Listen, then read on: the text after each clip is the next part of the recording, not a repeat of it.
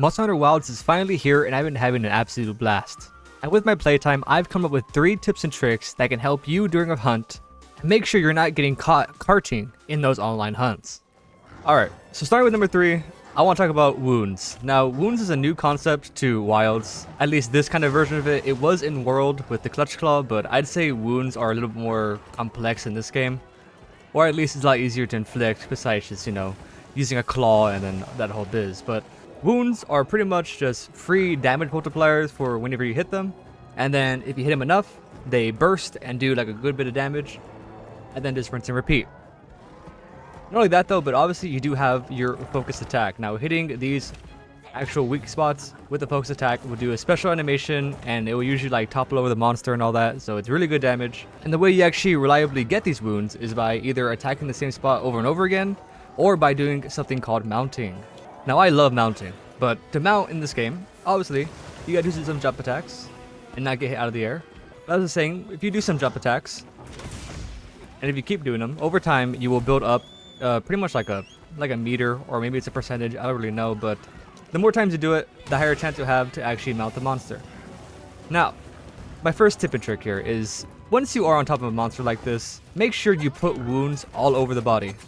Now, I've done like a lot of hunts in the early release of this game, like early game, and the amount of times I've seen people do mount the monster, they will just put one on the head, and then they'll pop it, right? They'll use their weapon attack, and it'll topple the monster over, but this is what you want to do instead. You want to have it to where every body part has a wound.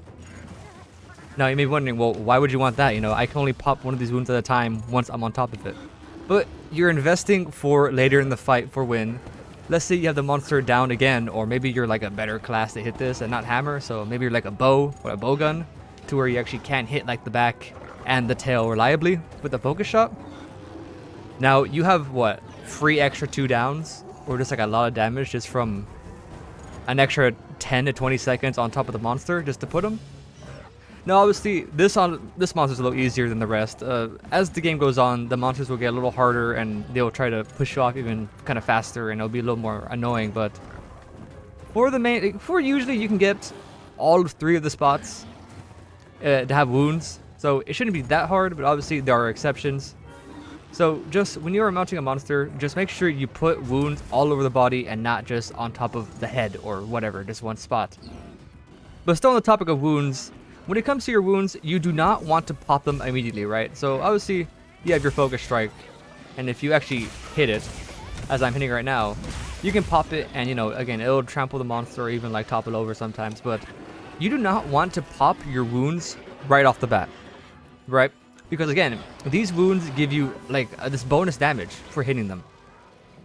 So what you really want to do is you want to kind of damage the spot a bit. So like the one on his back there or his tail, you want to kind of hit that. And then once you keep hitting it,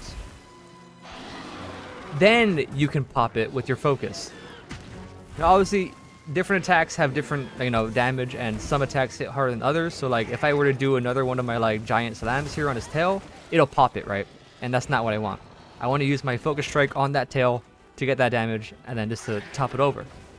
So do be mindful of what your attacks do. If you feel that your attack is a more heavier attack, then maybe don't hit it as much with it, maybe just once. Do try to hit it with like your lighter attacks just to get that little bit damage, and then you can finally go and try to pop it. Now for my second tip, I'm talking about items. Now this is something that I feel a lot of new hunters or maybe even experienced hunters can just kind of not really care about, or at least not keep up with. Items are super important in this game, right? These are your support, these are your damage, this is everything to you. This is how you stay alive, this is how you do pretty much, again, everything in this game.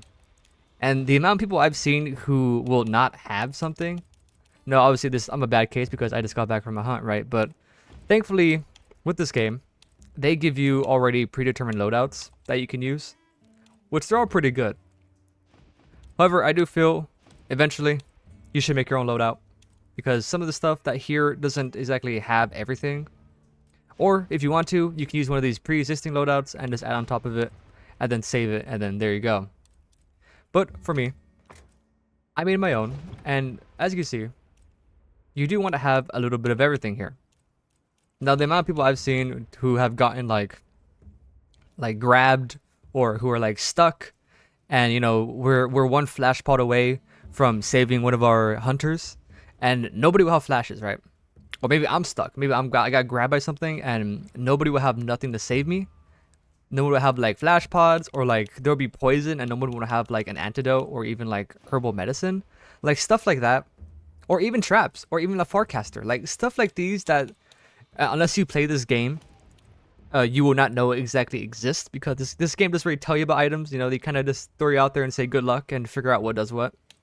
But there are very helpful items like this to where, like, again, if you don't play this game prior to Wilds, you wouldn't know what a forecaster is, right? So my point is that you should stay on top of your items, right? Go out there, you know, not in a hunt, just go and run around, go and collect things, you know, go and collect your flash bugs, go and collect your honey, your herbs, your your healing and all that, this stuff like that. Get your items up to where you will not have to worry about it later on, because I swear it's going to bite you in the butt if you do not go and just clear out your map. Honestly, just go and collect everything. Thankfully, Monster Hunter is real good like that, to where you can be a hoarder and not really have any real consequence to it. If anything, they kind of like encourage you to go and hoard.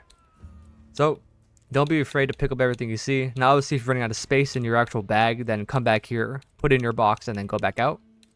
But again, just make sure you pick up stuff so you can not be, you know, short on flash pods, on shock traps, on barrel bombs, this stuff like that can help you out in the fight. And again, just to make yourself loadouts, or even use one of the pre-existing loadouts, just so you can have an easy way to get all your stuff back and not spend extra time having to put everything you need back into your loadout. Now, before the last tip, I want to talk about this real quick. Always come to Tom here, the ingredient center, because once you unlock this, it's pretty early in the story, but once you unlock this guy, he gives you free rations, right? Now, I don't remember how you got rations in like Rise and World. Like, they just kind of were there, I think, but now in Wilds, you now have a dedicated spot to get your rations. And rations are really important because they refill your stamina bar when it starts getting like lower than its cap. It could also just fill it up instantly. So rations are super, super helpful. I know they add though, but now they're just super easy to get because of, you know, him handing them out to you every, you know, couple minutes, or, you know, every other hunt. So again, once you do unlock Tom, always make sure to come here and claim them. And if you are in an area besides like the main camp here in the plains, if you come to Kona over here, the support desk, he will also have a menu to where you can claim your rations. As you can see, oh, I don't have the Kona will have a little tab for you to claim your rations here with him if you're in an area besides the plains. And again, yeah, make sure to claim them because rations are really helpful. Now, for my last tip here, I found out a way for you to equip your mantle without having to actually go and wander through your menu. So what I'll talk about here is that if you just hold out your menu here, like not even using your joystick, just hold it out. And then for controller, this is right trigger. I think on PC it's like R, I think. But if you hit just right trigger, you will immediately put on your mantle. Now, obviously this is massive because this saves you so much time of having to, you know, hit 2 extra buttons or 3 extra buttons that could be dire in a hunt. And again, if you hit it again, you'll take it off. Now, this only works for the mantle in like your primary slot. This won't work for your secondary mantle. Like as you can see, I have the ghillie suit, but if I hit RT, it won't let me put it on. I would have to actually go and equip that here on my menu.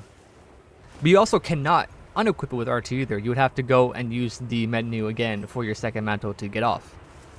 So, the neat little trick, again, it's only for your front mantle that you have, not for your second one. It's kind of weird how that works. Maybe there is a button for that. I just haven't learned it yet, but I thought that alone was like super helpful. Just being able to equip your mantle just by opening up your taskbar, or your menu, I mean.